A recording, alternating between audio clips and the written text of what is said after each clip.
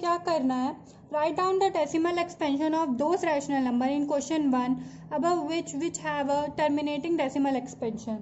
तो जो question number 1 में हमें जितने भी टर्मिनेटिंग डेसिमल एक्सपेंशन मिले, हम उनका डेसिमल एक्सपेंशन लिखना है। तो हमें सबसे पहले क्वेश्चन नंबर 1 का डेसिमल एक्सपेंशन मिला था। तो ये क्या है क्वेश्चन नंबर 1, एक बार लिख लेते हैं हम। तो क्वेश्चन नंबर 1 है 13/3125 और हमें इसका डेसिमल इसका प्राइम फैक्टराइजेशन मिला था 13/5 अब इसको हम डेसिमल में कन्वर्ट करने के लिए 2⁵ का ऊपर और नीचे मल्टीप्लिकेशन करेंगे। ये 2⁵, 5⁵ ये ऑलरेडी है इंटू 2⁵। तो 13 इंटू 2⁵ को हम लिख सकते हैं 32 और ये हो जाएगा 10⁵। जब हम 13 इंटू 32 करेंगे तो हमें मिलेगा 416 और ये हो जाएगा 10⁵। तो 416 को 1 2 3 4 5 10⁵ से डिवाइड करना है। तो हमें 5 डिजिट के बाद डेसिमल लगाना है। तो हम 406 लिख लेते हैं। तो ये 1 2 3 4 5 के बाद हमें डेसिमल लगा दिया और यहाँ 0। तो जो 13/3125 का जो डेसिमल एक्सपेंशन है वो मिला हमें 0.00416। तो अब देख लेते हैं क्वेश्चन नंबर 2 का हमें डेसिमल एक्सपेंशन क्या मिलता है। तो ये है सेकेंड पार्ट, इसका है 17/8। इसका भी हमें टर्मिनेटिंग डेसिमल मिलेगा। तो 17/8 को लिख सकते हैं 2⁵। इसको हम 5⁵ इंटू और 5⁵ से मल्टीप्लिकेशन और डिवीजन करेंगे। तो ये 17 इंटू 125 हो जाएगा और ये 10⁵ हो जाएगा। तो इसका मतलब है इसको जब हम मल्टीप्लिकेशन करेंगे तो हमें मिलेगा 2125 डिवाइडेड बाई 1000। तो मतलब 3 डिजिट के बाद यहाँ डेसिमल लग जाएगा। अब हमें 3 मिला था नॉन टर्मिनेटिंग, तो हम 3 को छोड़ देंगे, चलेंगे 4th वाले पर। तो 4th वाले को हम का क्वेश्चन है 15/600। तो इसका जो हमें मिला था प्राइम फैक्टराइजेशन वो मिला था को 3 करेंगे 2⁵ इंटू 5। अब इसको डेसिमल में कन्वर्ट करने के लिए हम 5⁵ से इंटू और डिवाइड करेंगे, क्योंकि यहाँ पे एक 5 पहले से ही अवेलेबल है। तो 5⁵ के लिए बनाने के लिए हम 5⁵ का ऊपर नीचे मल्टीप्लिकेशन करेंगे। तो ये 5⁵ का एक्सपेंशन कितना होता है 3125 और ये क्या हो जाएगा 10⁶। जब हम इसको मल्टीप्लिकेशन करेंगे तो ये मिलेगा हमें 9375 और नीचे हमें 10⁶ मतलब 60 मिलेगा। मतलब हमें 60 के बाद पॉइंट लगाना है। तो ये 1 पहले हम डिजिट को लिख सकते हैं। तो ये 1 2 3 4 5 एंड 6 यहाँ हमें पॉइंट लगेगा। अब हमें 5th में नॉन टर्मिनेटिंग मिला था तो हम 6th पे आएंगे। तो 6th का क्वेश्चन है 23 2⁵, 5⁵2। तो यहाँ हमें देख के समझ में आ रहा है केवल एक ही 5 की कमी है, तो हम ऊपर नीचे 5 का मल्टीप्लिकेशन करेंगे। तो 2⁵ इंटू 5⁵2 इंटू 5। तो जब हम 23 को 5 से मल्टीप्लिकेशन करेंगे तो हमें 115 मिलेगा और ये मिलेगा 10⁵। तो मतलब हमें 3 डिजिट के बाद पॉइंट लगाना है।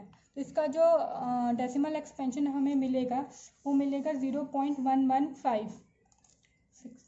7th में हमें मिला था नॉन टर्मिनेटिंग। तो अब 8th को देखते हैं। 8th का क्वेश्चन लिख लेते हैं। तो 8th का क्वेश्चन क्या है 16/15। इसका हमें जब एक्सपेंड किया था तो हमें क्या मिला था 2/5। तो यहाँ डिनोमिनेटर में 2 नहीं है तो हम 2 का मल्टीप्लिकेशन करते हैं। तो 2 इंटू 2 4 हो जाएगा और यहाँ 10। तो इसका हमें ईजिली मिल जाएगा decimal expansion, that is 0.4।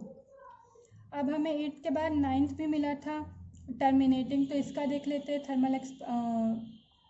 Decimal expansion क्या होता है।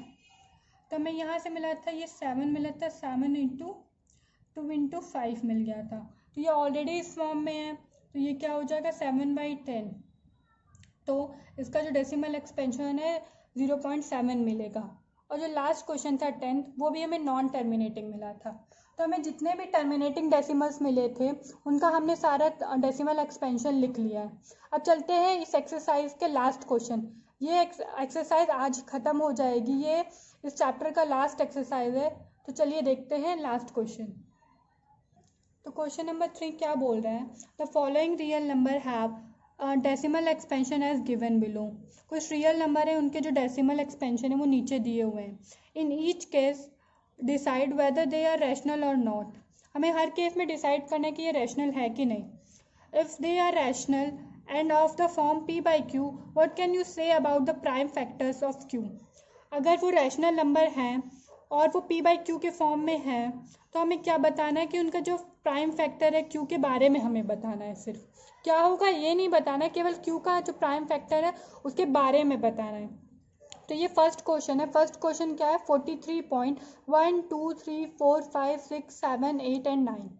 इसका मतलब ये है कि एक टर्मिनेटिंग डेसिमल है, क्योंकि ये पॉइंट के कुछ डिजिट्स आने के बाद कंप्लीटली एंड हो जा रहा है। तो मतलब क्या है, ये एक टर्मिनेटिंग डेसिमल है। टर्मिनेटिंग डेसिमल है।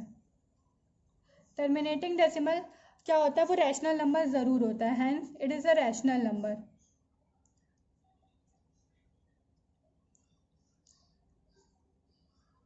कोई भी जो डेसिमल होता है अगर टर्मिनेटिंग होता है तो इसका मतलब वो रैशनल होता है, ठीक है।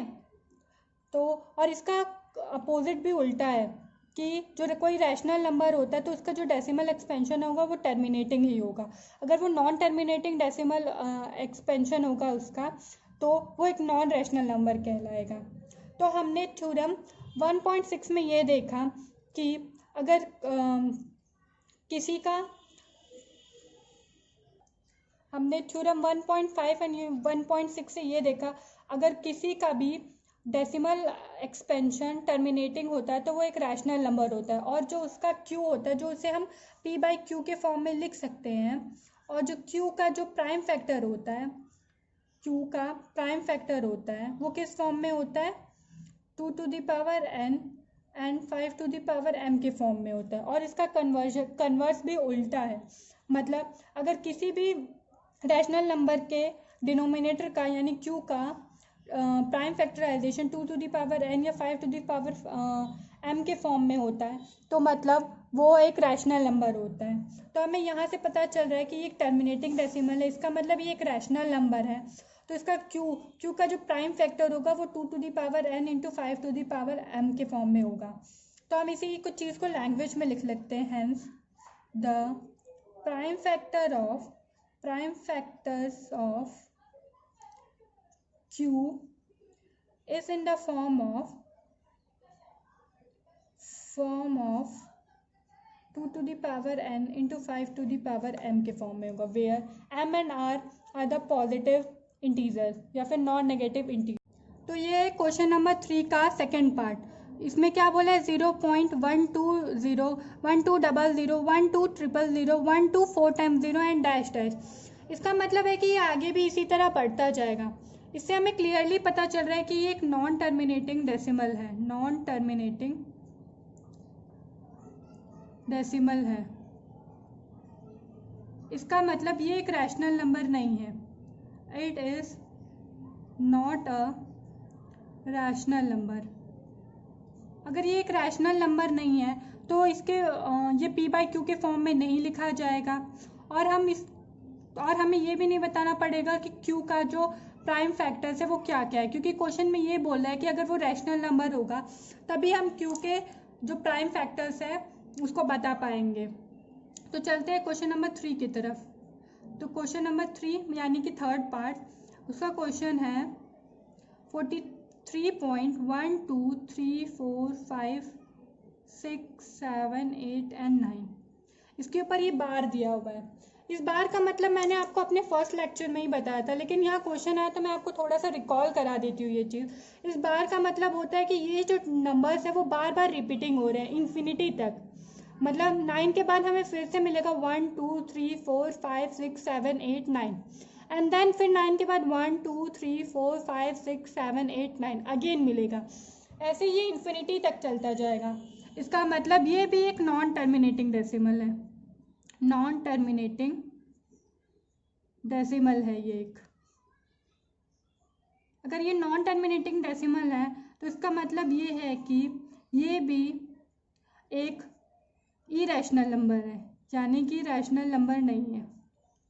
सो हमें इसके भी जो डिनोमिनेटर के एक्सपेंशन के बारे में नहीं बताना होगा।